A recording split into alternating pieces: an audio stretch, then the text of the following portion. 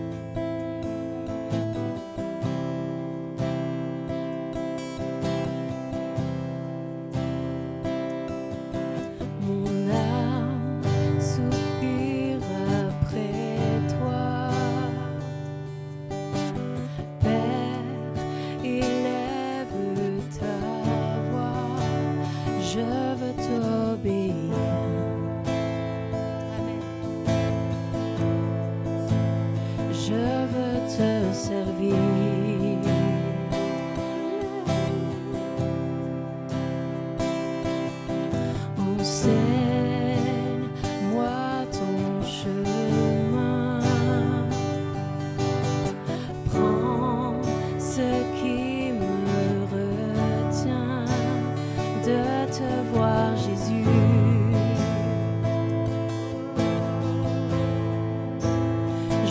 veux t'aimer plus. Amen. Car tu dis que ceux qui te cherchent te trouvent.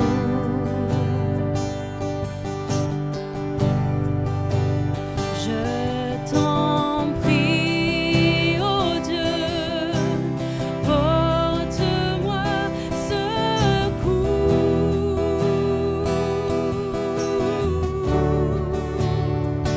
Donne-moi un cœur tout entier et complètement dévoué. Fais ce que tu veux.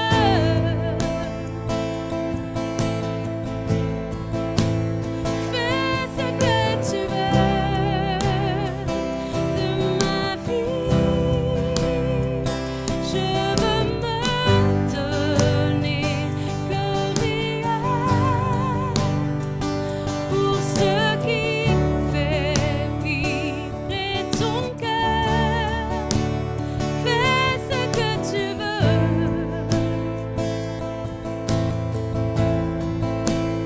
Fais ce que tu veux pour ta gloire. Alléluia. Mon âme soupire après toi. Agis, fais ton œuvre en moi, que la terre entière voit enfin la lumière. Donne-moi un cœur tout entier et complètement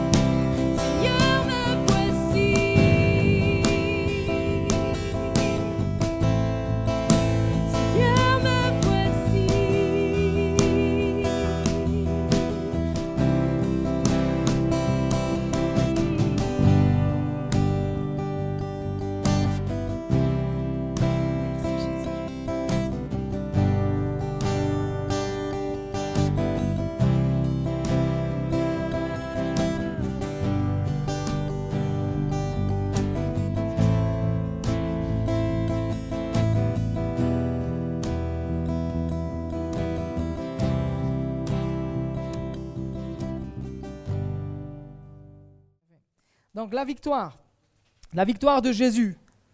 On va se transporter ensemble, on va imaginer qu'on est en l'an 33, à peu près, à 4 années près, parce qu'on ne sait pas si c'est 33, 37, ok, mais on part du principe que Jésus est né en l'an 0, en 33, il a donné sa vie à la croix du Calvaire. D'accord ? On part sur cette base-là. Alors qu'est-ce qui s'est passé ? En l'an 33, voilà dans quel état est la ville. Élie, il faut que tu le fasses. Voilà dans quel état est la ville. Bon, on ne voit pas bien. Tu veux bien aller fermer là-bas, s'il te plaît, Mélodie, rabattre le deuxième volet, ouais, s'il te plaît, pour qu'on puisse se rendre compte un petit peu. C'est une image qui représente AZF. AZF, à Toulouse, une usine a explosé, avec des problèmes de produits chimiques qui sont mélangés apparemment, et l'usine a explosé, mais pas que. La ville a été ravagée, vraiment, ça a été un cataclysme au sein de la ville de Toulouse. On s'est demandé qu'est-ce qui s'est passé, on ne savait pas ce que c'était, on entendait juste une grosse déflagration, on ne savait pas ce qui se passait. À cette époque-là, on était à Toulouse, nous, et donc l'usine explose. Et voilà un petit peu qu'est-ce qu'il en reste après. C'est des morceaux dans tous les sens. Alors, ce n'est pas ce qui s'est passé à Jérusalem en 1933, mais c'est pour donner l'état peut-être de surprise, d'étonnement qu'il y a pu y avoir en 1933 à Jérusalem. Et on va voir ensemble que durant la semaine de Pâques, une semaine qui avait bien commencé, une semaine où tout se passe super bien, où il y a la joie dans la ville, une semaine après, c'est la désolation, c'est la tristesse, c'est le chaos, on ne sait pas ce qui se passe, on est désemparé. Et c'est un petit peu le climat qui règne à ce moment-là à Jérusalem.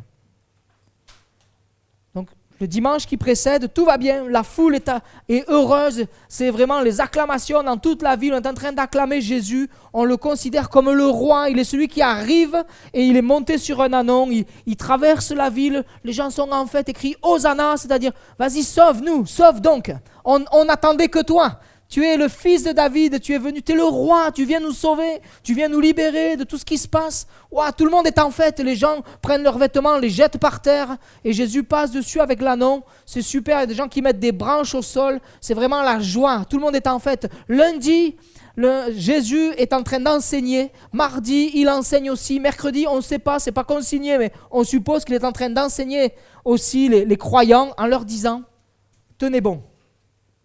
Ne vous laissez pas embarquer dans des fausses doctrines. N'ayez pas une relation avec Dieu superficielle, mais cherchez à creuser une relation avec Dieu. Cherchez l'intimité avec Dieu. Accrochez-vous quelque part à tout l'enseignement que je vous donne. Ne vous laissez pas embarquer. C'est ce qu'il est en train de dire. Et jeudi, arrive le jeudi où là, il est avec ses disciples. Ils vont partager le dernier repas du Seigneur. Et là, il va leur dire ceci. Pendant qu'ils mangeaient, Jésus prit du pain et après avoir prononcé la prière de bénédiction, il le rompit et leur donna en disant « Prenez, mangez, ceci est mon corps ». Il prit ensuite la coupe et après avoir remercié Dieu, il la leur donna et ils en burent tous. Il leur dit « Ceci est mon sang, le sang de la nouvelle alliance qui est versé pour beaucoup ».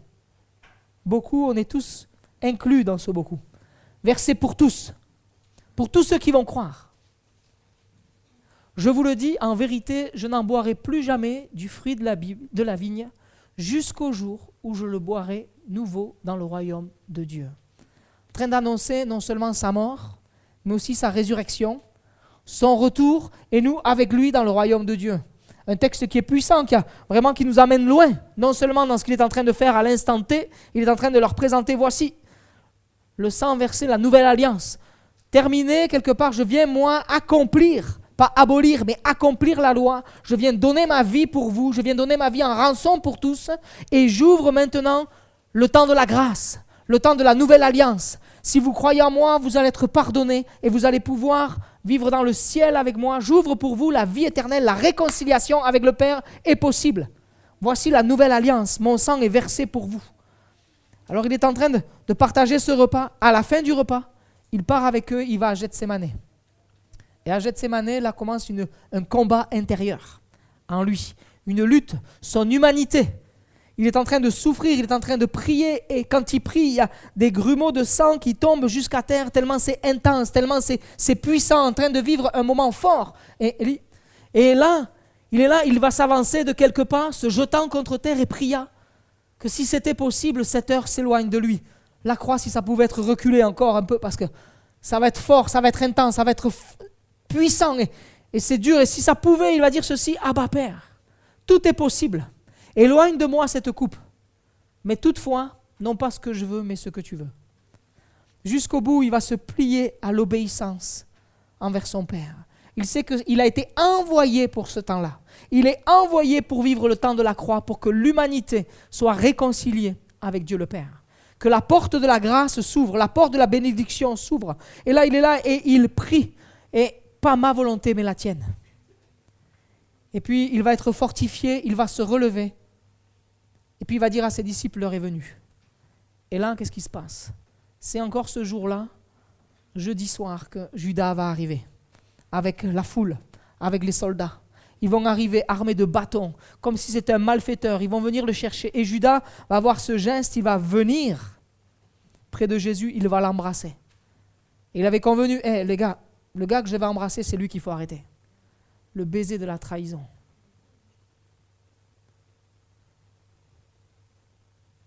Et là, Jésus va être livré.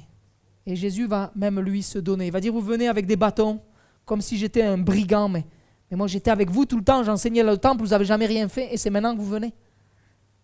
L'heure des ténèbres est venue. Et lui, il va suivre. Il va venir, il va suivre. Il va se laisser arrêter.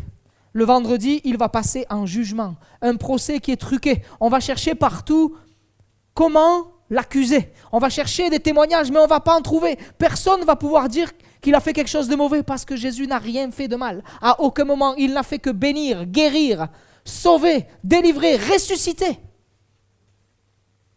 Souvenez-vous, quand il y a ce cortège qui est là, et il y a cette femme qui pleure son fils, et Jésus voit ça, et il va ressusciter le fils. Combien sont venus malades, aveugles, estropiés, guéris? Combien les sourds sont venus, ont été guéris? Ceux qui étaient possédés, impossible d'être délivrés, Jésus l'a fait. Il n'a rien fait de mal. Et ça va être tellement compliqué que Pilate va envoyer à Hérode Jésus en disant: essaye de faire quelque chose, toi, moi je ne sais pas, je trouve rien de mal dans ce gars-là, comment je peux faire? Et puis Hérode va dire: non, repars chez Pilate. Et Pilate là va être embêté, il est perturbé, il se dit: mais comment faire? Et puis la foule est en train d'augmenter là. Il y a le tumulte qui est en train d'arriver, et Pilate va répliquer: mais que ferais-je donc de Jésus qu'on appelle le Christ? Tous répondirent: qu'il soit crucifié. Toute la foule est là et se soulève, alors que eux, 5-6 jours avant, étaient en train de dire: wow, bravo Jésus, super. Ils sont excités par les prêtres là, ils sont là par les chefs des prêtres, et on les pousse et ça monte. Vous savez, là, le bruit, le brouhaha monte, la colère, la haine est en train d'arriver contre Jésus. Tout est en train de basculer. Et lui va dire: mais quel mal a-t-il fait? Dit le gouverneur. Ils crièrent encore plus fort: qu'il soit crucifié. Voyant qu'ils gagnaient, voyant qu'ils ne gagnaient rien, mais que le tumulte augmentait, Pilate prit de l'eau, se lava les mains en présence de la foule et dit: je suis innocent du sang de ce juste. C'est vous que cela regarde. Et tout le peuple répondit: que son sang retombe sur nous et sur nos enfants. Ils ne savent pas ce qu'ils sont en train de dire là. Ils appellent la malédiction sur leur vie là. Alors Pilate leur relâcha Barabbas, un bandit, un brigand, à la place de Jésus. Et après avoir fait fouetter Jésus, il le livra à la crucifixion. Il va le laisser être emporté par les soldats. Et les soldats, à leur tour, vont avoir une attitude horrible, encore, avec Jésus. Ils vont le fouetter, ils vont le battre. C'est écrit ceci: les soldats conduisirent Jésus à l'intérieur de la cour, c'est-à-dire dans le prétoire, et ils rassemblèrent toute la troupe. Ils lui mirent un habit de pourpre et posèrent sur sa tête une couronne d'épines qu'ils avaient tressée. La méchanceté, on se moque. Tiens, et là les épines, c'est les grandes qui rentrent dans le front de Jésus.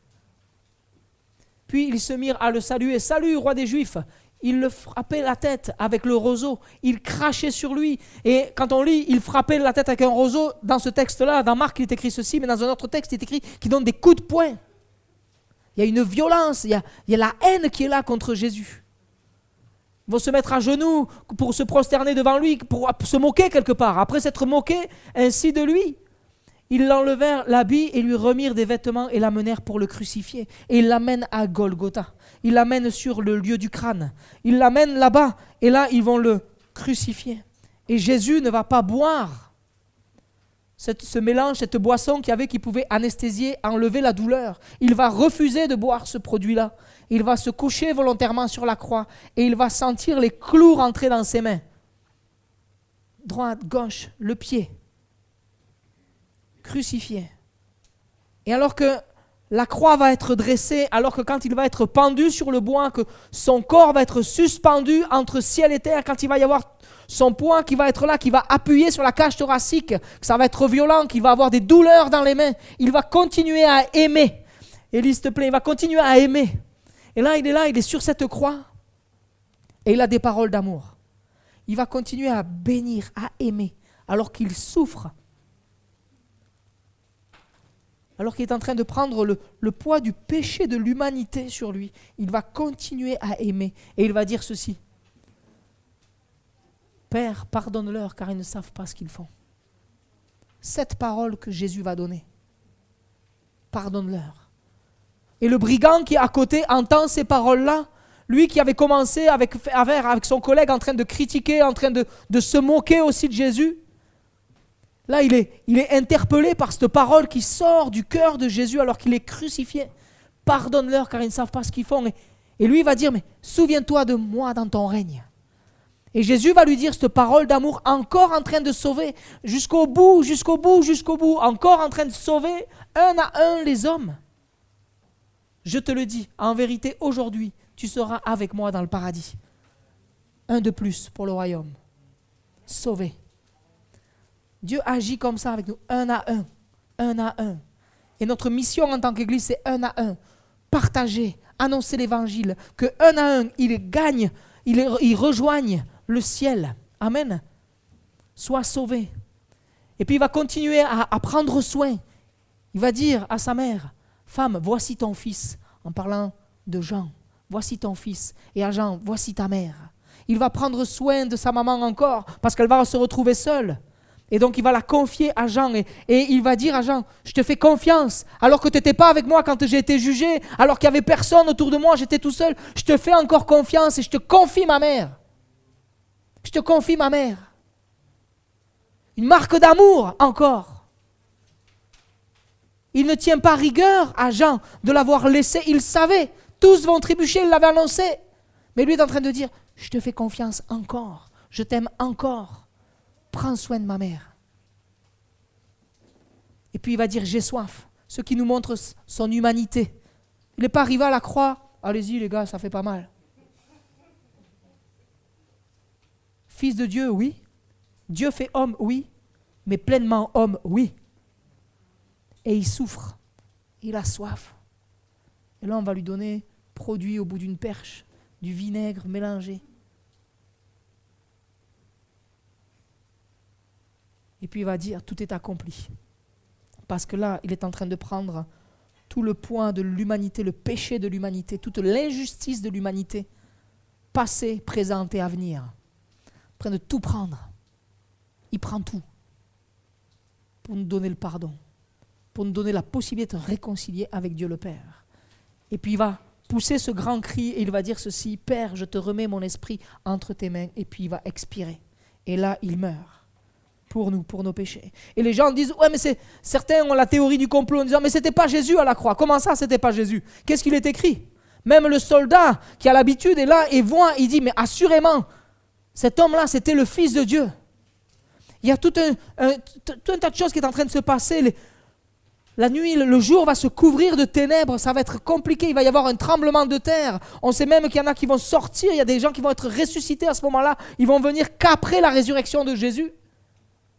Il y a tout un tumulte qui est là encore. Il y a quelque chose qui se passe de surnaturel. Et cet homme qui est habitué à la crucifixion va dire, mais cet homme était vraiment le Fils de Dieu. C'était vraiment Jésus à la croix du Calvaire. On peut encore l'attester parce que Pilate va dire, mais est-ce qu'il est bien mort? Est-ce qu'il est bien mort? Il va faire appeler un soldat et lui dire, renseigne-toi, donne-moi des infos, est-ce qu'il est mort? Et on va s'assurer qu'il est bien mort. On va dire, oui, il est mort. Et puis il y a un soldat qui va arriver, qui va mettre encore un coup de lance dans le côté et le sang et l'eau va couler. Jésus est bien mort, est réellement mort, et c'est bien lui qui est à la croix du calvaire. Et à ce moment-là, Joseph d'Arimathée va vouloir récupérer le corps de Jésus parce qu'il aimait Jésus en secret. Mais là, il va se révéler en plein jour. Et avec Nicodème, ils vont aller chercher le corps de Jésus. Ils vont le mettre au tombeau. Et les femmes vont le suivre. Les femmes vont être là et vont voir où est couché Jésus. Et puis la pierre va être roulée. Comme si on disait, mais c'est terminé. On croyait que c'était lui le roi, mais on s'est trompé. La pierre est roulée. Et par crainte, parce qu'on sait ce que Jésus a dit. À plusieurs reprises, il a dit qu'il allait mourir, mais qu'il allait ressusciter le 3e jour. Quand on prend le livre de Marc, chapitre 8, 9 et 10, verset 31, vous verrez, c'est facile à se souvenir. 8, 9, 10, verset 31, on voit la mort de Jésus et la résurrection de Jésus. Jésus qui annonce. Et les gens se souviennent de ça. Ils disent, on ne sait jamais. Si jamais il y a quelqu'un qui vient voler le corps, là, on va mettre la pierre, on va la rouler, on va la sceller. Personne ne pourra l'ouvrir et on va envoyer 2 gardes. Et les gars, là, les 2 costauds là-bas, venez, vous allez garder. Là-bas, vous vous mettez en place, vous gardez. Et qu'il n'y ait personne qui s'approche. Il en y va de votre vie. Vous gardez. Mais on arrive à dimanche. Samedi se passe et on arrive à dimanche. Souvenez-vous, comment c'était ce qu'on a décrit tout à l'heure avec ce chaos quelque part, ce tumulte, ce bouleversement qu'il y avait. Les gens sont déçus, sont dans la tristesse, sont dans la peine. Et puis, Marie va se lever de bonne heure. Avec l'autre Marie, elles vont se lever, elles vont aller. Les femmes vont partir au tombeau. Élie, s'il te plaît. Et là, c'est un jour de victoire. Dimanche matin, elles partent, mais la pierre a été roulée. Elles partent alors qu'il fait encore sombre. Et puis, elles y vont pour elles, dans l'optique, dans l'objectif. On va aller embaumer le corps de Jésus. Mais elles arrivent, et voilà ce qui se passe. Matthieu 28, verset 1er. Après le sabbat, à l'aube du dimanche, Marie de Magdala et l'autre Marie allèrent voir le tombeau. Soudain, il y eut un grand tremblement de terre, car un ange du Seigneur descendit du ciel, vint rouler la pierre devant l'ouverture et s'assit dessus. Il avait l'aspect de l'éclair et son vêtement était blanc comme la neige. Les gardes tremblèrent de peur et devinrent comme morts. Mais l'ange prit la parole et dit aux femmes, Élie, s'il te plaît.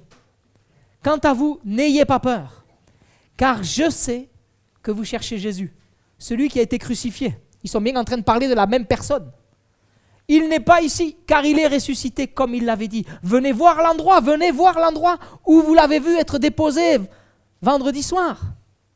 Là où vous êtes venus, regardez l'endroit où le Seigneur était couché et allez vite dire à ses disciples qu'il est ressuscité. Il vous précède en Galilée, c'est là que vous le verrez. Voilà, je vous l'ai dit, il a accompli sa mission. L'ange vient de délivrer ce message merveilleux. Elles s'éloignèrent rapidement du tombeau avec crainte et grande joie et elles coururent porter la nouvelle aux disciples. Elles partent en courant, elles veulent annoncer la bonne nouvelle. Et Luc nous dit ceci, quand elles vont être interpellées par l'ange, Luc l'écrit ceci, mais pourquoi cherchez-vous parmi les morts celui qui est vivant ? Il n'est pas ici, mais il est ressuscité. Il est vivant. Arrêtez de chercher parmi les morts. On n'est pas en train d'adorer une statue, on n'est pas en train de se rassembler autour d'un tas d'os comme dans certains endroits. Une pierre vide. Non, il est vivant. Notre Seigneur est vivant, il est victorieux, il a vaincu la mort. Et là, elles partent, elles courent, elles veulent annoncer la bonne nouvelle. Elles veulent aller courir, elles veulent aller voir les disciples. Elles vont aller le rencontrer. Et là, il y a comme un paradoxe, quelque chose de... 2 opposés qui s'affrontent. Elles arrivent, elles partent du tombeau, elles arrivent en courant, elles veulent aller voir ceux qui sont attristés, ceux qui pleurent dans la maison, elles veulent aller les voir. Mais quand ils entendent dire, quand les disciples entendent les paroles, quand ils entendent qu'il est vivant et qu'elles l'avaient vu, ils ne les crurent pas. Alors qu'elles arrivent, elles ont vu, elles ont parlé avec lui, elles ont constaté, elles l'ont même attrapé par les chevilles et dit mais c'est Jésus. Et Jésus va leur dire allez voir les disciples. Et elles partent, elles rentrent dans la mission, elles annoncent. Et eux, ils sont dans la tristesse, la désolation. Les femmes qui ont été avec eux, qui ont servi le Seigneur avec eux. Ils ne les croient pas. Et combien ne croient pas aujourd'hui? Alors que nous, on a expérimenté, on te partage la bonne nouvelle et tu ne crois pas. Ou tu crois en partie, mais pas jusqu'au bout. Quelle tristesse. Mais les gars, je vous assure, on l'a vu, on était là. C'est lui, Jésus est ressuscité. Arrêtez, ne pleurez pas. Et puis en même temps, en parallèle de ça, il y a Jésus qui, lui, part et qui vient à la rencontre des 2 disciples qui sont sur le chemin d'Emmaüs. Ils sont là en train de se morfondre, de dire « Ah, c'est fou, c'est dingue. On croyait que c'est lui qui allait nous délivrer, on pensait que c'était lui le sauveur. » Et on est là, mais c'est quelle tristesse. Et puis Jésus va se joindre à eux et leur dire « Qu'est-ce que vous avez, les gars? L'air de rien. » Et ils vont dire « Mais comment ça, t'es pas au courant? Tout le monde parle que de ça à Jérusalem. Il est mort. Mais qui? Mais Jésus, il est mort. Celui qui était le Messie, celui qu'on croyait qui était le Messie est mort. En fait, tout est fini. On s'est planté, quoi. » Et là, Jésus va reprendre les Écritures, va reprendre depuis Moïse avec les prophètes, va leur expliquer la parole. Et là, leur cœur commence à prendre foi. Il y a comme la joie qui est en train de remonter. Ils sont bien avec lui. Le gars est en train de leur parler. Là, c'est Jésus qui est en train de leur parler. Et ça les encourage. Le deuil est en train de les quitter. Il y a une joie qui est en train de venir. Il y a quelque chose qui se passe parce qu'ils sont dans la présence de Jésus. Et puis, ils arrivent à l'endroit où ils devaient s'arrêter, mais Jésus fait comme s'il allait continuer. Ils vont dire, mais non, mais reste avec nous encore un peu, parce que c'est bon d'être avec toi. Passe le repas avec nous. Ok, Jésus se met à table avec eux. Il prend le pain, il commence à rompre le pain. Et là, ils comprennent. Ils se disent, là, mais ça c'est Jésus, quoi. Et là, leur cœur est en joie, leur cœur est en fête. Ils vont croire.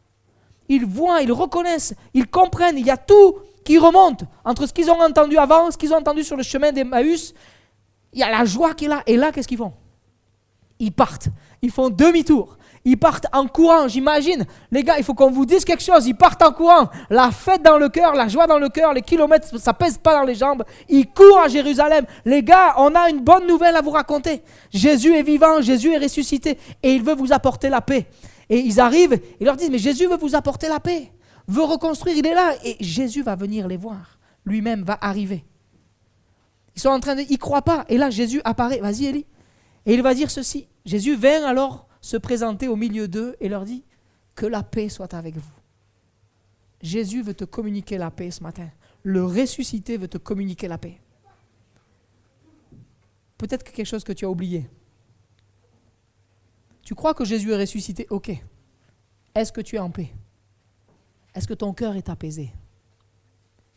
Ou est-ce que c'est le chaos, comme on a vu tout à l'heure, comme cette usine qui a tout dévasté? Il y a quelque chose qui est venu dévaster ta vie, il y a quelque chose qui est venu dévaster ton cœur, quelque chose qui est venu te dévaster à l'intérieur. Jésus veut apporter de la paix maintenant. Le ressuscité veut venir vers toi et te communiquer la paix. Il veut t'apporter la paix encore. Et alors qu'il est là avec les disciples, il leur apporte la paix. Il en manque un. Thomas n'est pas avec eux. Thomas n'est toujours pas là. Et ils vont pas le croire. Thomas ne va pas croire les disciples. Il va dire, mais comment c'est possible? Ils veulent annoncer, mais j'assure, les femmes l'ont vu, nous on l'a vu, il s'est manifesté au milieu de nous, il est ressuscité. Et tout le monde est en train de parler de ça. Parce que c'est en train de circuler dans Jérusalem, au coin des rues, on est en train d'entendre, vous savez quoi? Le tombeau il est vide. Bah c'est pas vrai, je te dis qu'il est vide. Il est ressuscité. Mais il y en a qui l'ont vu. C'est en train de passer de bouche en oreille. Comme ça, c'est en train de se dire. Et pendant 8 jours, ça va circuler. Avant que Thomas puisse être au courant de ça. Et j'imagine moi-même ce bouleversement. On a vu tout à l'heure que c'était dans le chaos. C'était compliqué. Et la presse locale va s'en mêler en disant, mais vous savez pas quoi? Jésus est ressuscité. Les titres sont en train de sortir en disant, mais Jésus est ressuscité. Il l'a fait. Ce qu'il avait dit, il l'a accompli. La mort est vaincue. Une autre presse locale pourrait dire, Jésus vainqueur par chaos. La mort a perdu. Tu vois ce qui est en train de venir sur les rotatives de Jérusalem là? Il est revenu à la vie. Jésus le glorieux. Imaginez les gros titres. Je sais pas, tu aurais un journal. Tu t'imagines, tu mets des trucs. Moi je me suis imaginé à la place de gars quoi. J'ai dit attends, le prince de la vie, vivant pour toujours. Il peut tout. Il a brisé les liens de la mort. Le 3e jour est arrivé. Jésus est vivant. Tu vois les gens comme ça. Et Thomas il dit non, vous m'y reprendrez pas. Vous m'y reprendrez pas. C'est pas possible. Moi, j'ai vécu 3 ans avec je l'ai vu mort, je dis c'est terminé. Et il va dire, mais moi de toute façon, si je ne mets pas ma main, si je ne mets pas mon doigt dans ses mains là, si je ne mets pas ma main dans son côté, je ne croirai pas. Vous pouvez me raconter ce que vous voulez. Et puis Jésus va le prendre au mot parce que Jésus sait tout. Jésus connaît tout. Et il va dire ceci. Vas-y, Élie. Jésus va lui dire, avance ici ta main. Mets ta main à mon côté. Ne sois pas incrédule, mais crois. Et Thomas va tomber à genoux et dire, mon Seigneur et mon Dieu. Et Jésus va lui dire ceci, parce que tu m'as vu, tu as cru. Mais heureux ceux qui n'ont pas vu et qui ont cru. C'est nous ça. Ça nous concerne ce verset. Ça concerne les chrétiens ça. Heureux ceux qui n'ont pas vu en chair à os. Heureux ceux qui n'ont pas pu mettre la main, le doigt dans la main de Jésus ou dans le côté, mais qui par la foi croient. Heureux. Et pourquoi c'est si important? Pourquoi c'est si important aujourd'hui de croire dans la résurrection de Jésus? Pourquoi? Parce que la résurrection de Jésus me garantit ma justification et ma régénération. Eh oui. Dieu nous enseigne à travers sa parole, dans ce verset, dans Romains 4, verset 25. Il a été livré pour nos fautes et Dieu l'a ressuscité pour que nous soyons déclarés justes. Sans la résurrection de Jésus, ça n'aurait pas été abouti. Juste la mort, on aurait dit quoi? C'est un homme, c'est un gars comme les autres. Mais vu qu'il est ressuscité, on ne peut pas dire ça. Premier-né d'entre les morts. Premier-né à vivre, premier ressuscité à vivre pour l'éternité. Il y a eu deux hommes avant qui ont été ressuscités, mais ils sont morts après. Jésus, lui, est ressuscité, mais il est vivant pour toujours. Amen. Vivant pour toujours. Il a donné sa vie pour notre justification. Si tu reconnais publiquement de ta bouche que Jésus est le Seigneur, et si tu crois dans ton cœur que Dieu l'a ressuscité, tu seras sauvé. Ça fait partie. Comment être sauvé? Comment naître de nouveau? En croyant que Jésus est le Fils de Dieu, qu'il est le Seigneur, qu'il a donné sa vie à la croix du Calvaire et qu'il est ressuscité. Si tu crois ça, Elinette, t'es sauvé. Amen. Tu le crois? Amen. Enfant de Dieu. Amen. On est sauvé. En ressuscitant, Jésus déclare devant tous que Dieu a accepté son sacrifice. Il ne manque rien. Son sacrifice est efficace pour me pardonner, me justifier, me relever, me racheter. La dette est payée complètement. Tout est accompli comme il l'a déclaré sur la croix. Tout est accompli. Il ne manque rien. Tu n'as rien à rajouter. Tu n'as pas, toi, à essayer, à chercher à gagner le salut. Ce n'est pas parce que tu fais une bonne œuvre que tu es sauvé. Tu fais une bonne œuvre parce que tu es sauvé, tu fais une bonne œuvre. C'est complètement différent. Ce n'est pas faire une bonne œuvre pour être sauvé. Mais c'est parce que je suis sauvé, c'est parce que je suis pardonné, c'est parce que je suis justifié et c'est parce que je suis régénéré. Mon cœur est transformé. Alors mon cœur est amené à faire de belles choses, à œuvrer de la bonne manière. Dans sa résurrection, il y a aussi ma régénération. Il est écrit ceci: béni soit Dieu, le Père de notre Seigneur Jésus-Christ, conformément à sa grande bonté, il nous a fait naître de nouveau à travers la résurrection de Jésus-Christ pour une espérance vivante. Voilà pourquoi c'est important de célébrer Jésus ressuscité et pas juste rester à la croix. Sinon, il n'y a pas d'espérance. Si je m'arrête juste à la croix, elle est où mon espérance? Il n'y en a pas. On reste sur un point mort. Mais Jésus est revenu à la vie et il nous communique cette vie, il nous communique cette espérance vivante. Et regardez jusqu'où elle nous amène. C'est un héritage qui ne peut ni se détruire, ni se souiller, ni perdre de son éclat. Il vous est réservé dans le ciel, à vous qui êtes gardés par la puissance de Dieu, au moyen de la foi, pour le salut prêt à être révélé dans les derniers temps. Amen. Ce que nous avons de la part de Dieu, ce qui nous est communiqué, c'est un héritage que personne ne peut nous prendre, rien ne peut nous séparer de l'amour de Dieu. Et notre texte nous dit dans Romains. 8. Amen. Rien ne peut nous séparer de son amour. Rien ne peut nous être enlevé. Nous gardons l'éclat et la puissance de la résurrection dans nos vies. Amen. Nous sommes amenés à la vie et une vie nouvelle avec le Seigneur Jésus. Et la puissance de sa résurrection nous amène aussi à ce que le péché n'a plus de prise sur nous. En effet, le péché n'aura pas de pouvoir pour vous puisque vous n'êtes plus sous la loi, mais sous la grâce, parce que Jésus a donné sa vie et il offre sa vie pour nous. Il nous fait entrer dans l'alliance, de cette nouvelle alliance, la grâce. Amen. Le péché n'a plus de pouvoir sur nos vies. Il n'a que le pouvoir que tu lui laisses avoir sur ta vie. En fonction de comment tu ouvres la porte. Et un tout petit peu de levain vient faire lever toute la pâte. Mais par ton autorité, Seigneur Jésus, je peux garder la porte fermée de mon cœur. Protégé par toi, par la puissance. Vous êtes gardé par la puissance de Dieu, bien-aimé, par la foi. Je crois et je me place sous l'autorité de Jésus-Christ. Il est celui qui vient me protéger, qui vient me garder. Il me donne la force de résister, de tenir bon face à l'adversité, face à ce qui peut se lever contre moi. Il me donne sa puissance, il la déverse dans ma vie en Jésus-Christ qui est ressuscité. Amen. Il la déverse dans ta vie ce matin. Il te donne la force. Alors je veux me souvenir, vas-y Elie, je veux me souvenir ce matin que Jésus est ressuscité. Il est vivant. Il me donne la force, te communique la joie, te communique la paix, te communique l'amour. Peut-être que quelqu'un est en état de choc ce matin. Ça ne se voit pas, parce qu'on est des gens corrects, on a bonne figure. Mais à l'intérieur, ça peut être dévasté comme la première diapo qu'on a vue. C'est peut-être un champ de bataille, ton cœur. Tout est sans dessus-dessous, les émotions. On ne sait plus où on en est. Le péché a tellement régné, a dévasté.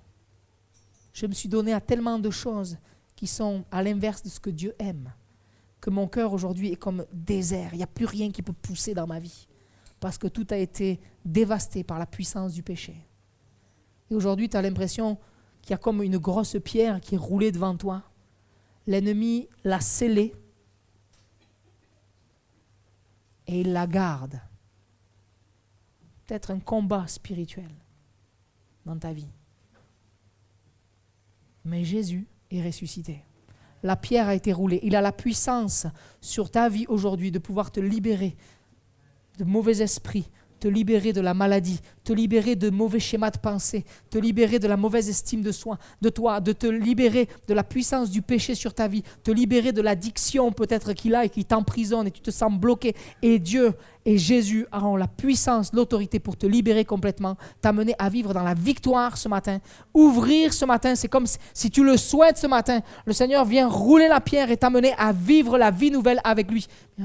Vivre la vie nouvelle avec lui. Tu peux vivre, expérimenter le pardon sur ta vie aujourd'hui, la réconciliation avec Dieu aujourd'hui. Ce matin, tu peux devenir homme et femme de foi si tu le souhaites. Place ta confiance en Jésus. Tu peux devenir enfant de Dieu ce matin. Et peut-être que tu es enfant de Dieu, peut-être que tu es chrétien, mais tu sens qu'il y a quelqu'un, comme si tu sentais qu'il y avait cette pierre qui vient se remettre.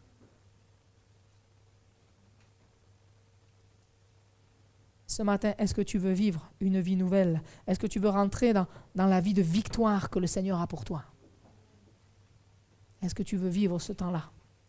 Et on va incliner nos cœurs, on va incliner nos yeux et on va prier ensemble. On va prier ensemble. Et suite à ce qu'on vient de partager, si ton cœur est bouleversé par l'amour de Dieu, et si tu sens que tu as besoin de Jésus dans ta vie, première question, est-ce que tu veux et est-ce que tu crois en Jésus, Fils de Dieu, donnant sa vie à la croix du Calvaire pour toi, parce qu'il t'aime.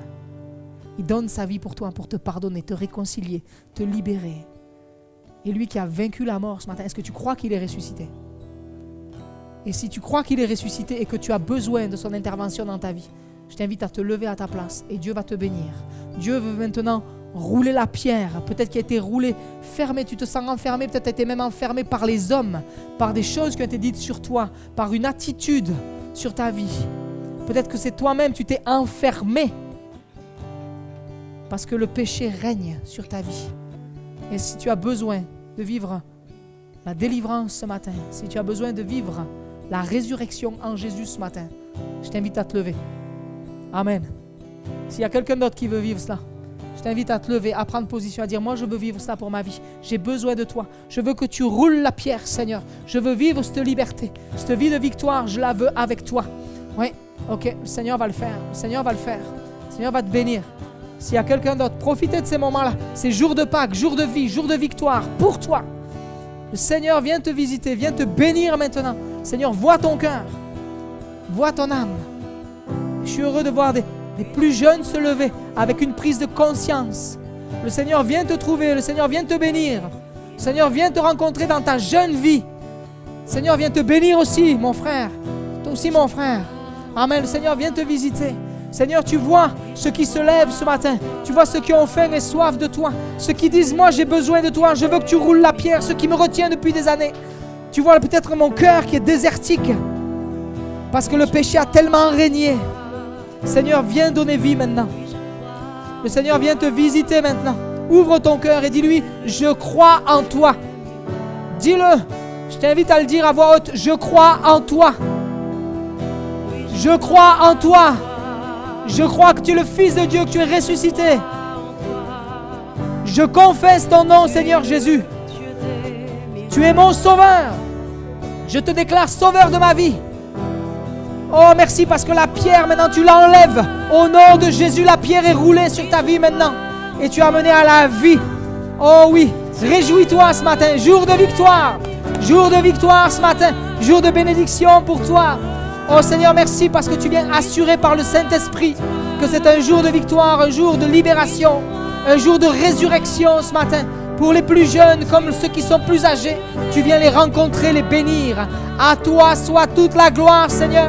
Et nous te célébrons maintenant. C'est un temps de joie, un temps de célébration à notre Dieu. À toi soit toute la gloire. Que l'Église rentre dans un temps de victoire, un temps de visitation du Saint-Esprit, un temps de proclamation. Jésus est vivant. Alléluia. Amen. Alléluia.